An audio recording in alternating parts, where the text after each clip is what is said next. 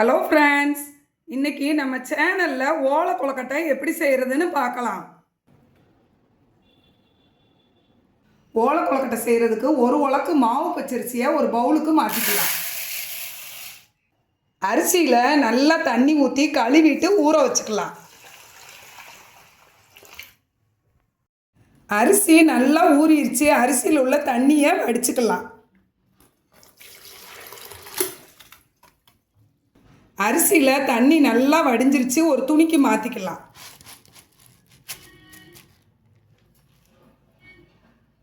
அரிசியை துணியில் போட்டு ஒரு 10 நிமிஷம் ஆகுது. இப்போ நம்ம அதை மிக்ஸி ஜாருக்கு மாற்றிக்கலாம்.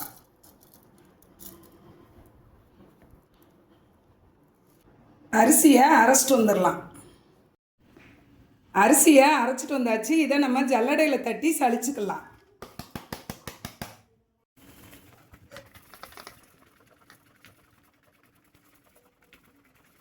நம்ம சலித்த கப்பியும் இதில் சேர்த்து அரைச்சிட்டு வந்து எல்லா மாவையும் சலிச்சுக்கலாம். எல்லா மாவையும் அரைச்சி சலிச்சாச்சு. கொழுக்கட்டைக்கு நம்ம சலித்து வச்சுருக்கிற மாவை அடுப்பில் ஒரு வடைச்சட்டி வச்சு சிம்மில் வச்சு லேசாக வறுத்துக்கலாம். இப்படி செய்கிறதுனால கொழுக்கட்டை நல்லா சாஃப்டாக இருக்கும்.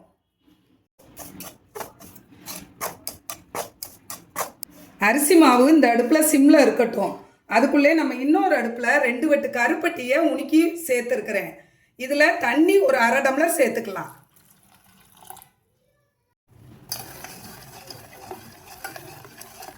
நல்லா கொதி வந்துருச்சு. அடுப்பை சிம்மில் வச்சிடலாம். கருப்பட்டி கரைஞ்சா போதும், பாகுப்பதம் தேவையில்லை. அரிசி மாவை லேசாக வறுத்துருக்கோம். வறுபட்டுருச்சு. அடுப்பை ஆஃப் பண்ணியாச்சு. சுக்குத்தூள் கொஞ்சம், ஏலக்காய் தூள் கொஞ்சம் சேர்த்துக்கலாம். லேசாக கலந்துக்கலாம். கருப்பட்டியும் நல்லா கரைஞ்சிருச்சு. இதை வடிகட்டி மாவோடு சேர்த்துக்கலாம். கருப்பட்டி பாலும் சூடாக இருக்கணும், அரிசி மாவும் லேசாக சூடாக இருக்கணும். அப்போ தான் கொழுக்கட்டை மாவு நமக்கு நல்லா சாஃப்டாக கிடைக்கும். தேங்காய் பூ சேர்த்துக்கலாம்.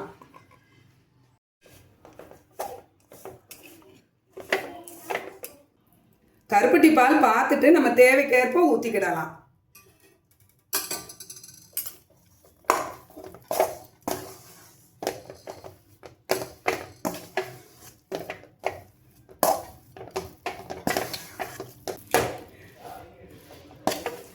கொழுக்கட்டை மாவு பதத்துக்கு மாவை ரெடி பண்ணியாச்சு. மூடி வச்சுக்கலாம்.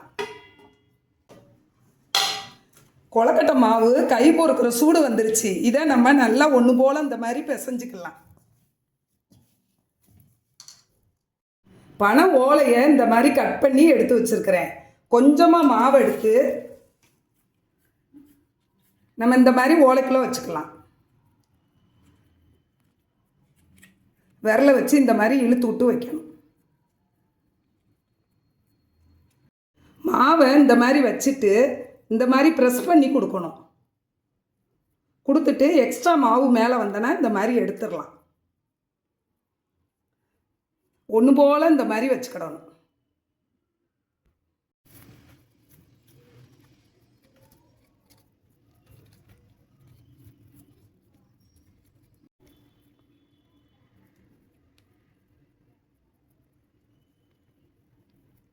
கொழுக்கட்டை மாவை இந்த மாதிரி ஓலைக்குள்ளே வச்சுக்கிடணும். வச்சு நம்ம இட்லி தட்டில் வச்சுக்கலாம்.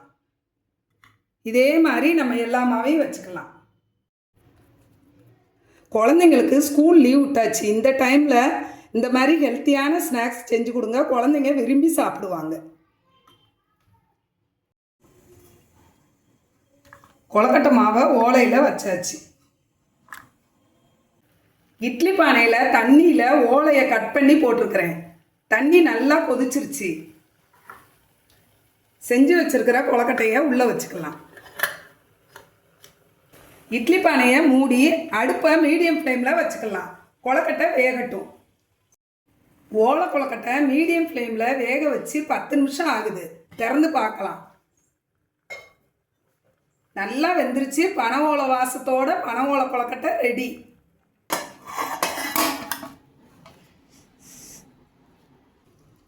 பனை ஓலை கொழுக்கட்டை நல்லா அருமையாக வந்திருக்குது ஃப்ரெண்ட்ஸ்.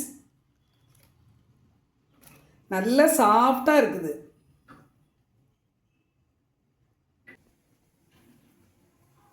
இந்த மாவுக்கு ஓலை இல்லை, அதனால் இந்த மாதிரி பிடி கொழுக்கட்டை மாதிரி செஞ்சு இட்லி தட்டில் கொஞ்சம் ஓலையை கட் பண்ணி போட்டு வச்சுருக்கிறேன், அது மேலே வச்சுக்கலாம்.